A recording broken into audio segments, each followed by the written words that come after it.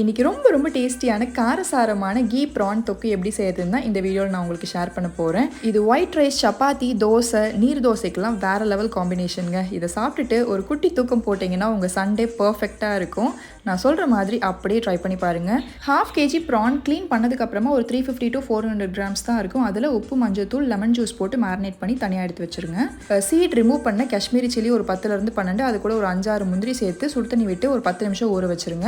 இந்த மசாலா பொருட்கள் எல்லாமே நான் என்னென்னு சொல்லிட்டு டிஸ்கிரிப்ஷனில் கொடுக்குறேன். இதை ட்ரை ரோஸ்ட் பண்ணிவிட்டு ஒரு மிக்ஸி ஜாருக்கு ட்ரான்ஸ்ஃபர் பண்ணிவிட்டு ஒரு சின்ன துண்டு இஞ்சி, 10 பல் அளவுக்கு பூண்டு, ஒரு தக்காளி, நம்ம ஊற வச்சிருந்த கேஷ்யூ அண்ட் ரெட் சில்லியும் ஆட் பண்ணிவிட்டு நல்லா ஃபைன் பேஸ்ட்டாக அரைச்சிக்கோங்க.